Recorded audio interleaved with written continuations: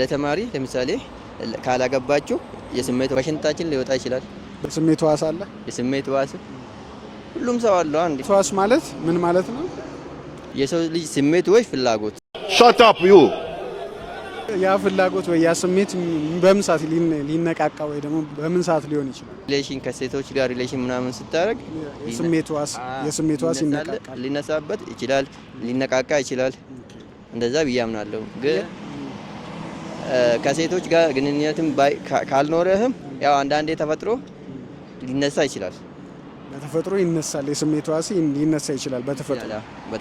ከሴቶችም ጋር ባትሆንም ሊነሳ ይችላል። የት አካባቢ ነው ያለው የስሜት ዋሳችን? ከእምብርታችን በታች ነው።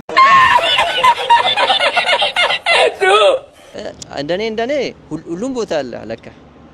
ከአካላት ሁሉ ከጥፍር ጀምሮ እስከ ታችኛው እግር ስር ማለት ነው። የጥፍርህም ላይ የስሜት ዋስ አለ አንተ ስትል አይ ጥፍር ስሜቱ አሁን አንድ ቦታ ላይ ይወሰን እንጂ የሚነሳው አካላት ሁሉ ከሁሉ አካላት ቦታ ነው።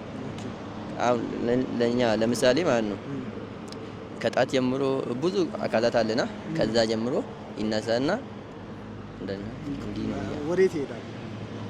ወዴት ሊሄድ ይችላል? ከዛ ተነስቶ የሆነ ነገር ከተነሳ መድረሻ አለው አይደል? ወዴት ይሄዳል?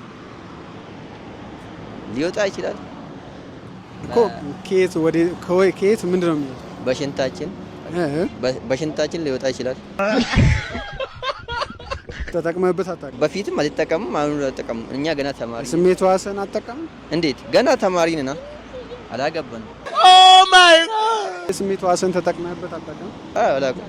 ይሄን ነገር መጥፎ ስለሆነ እንደኔ ሀሳብ ማለት ነው ሳታገቡ ወይ ሴትም ወንድ ከሆንክ ሳታገባ ሴትም ከሆነች ሳታገቢ ይሄ ነገር እንደኔ መጥፎ ነው ብዬ ስለማስብ ለተማሪ ለምሳሌ ካላገባችሁ የስሜት ዋሳችሁ እንዳትጠቀሙ።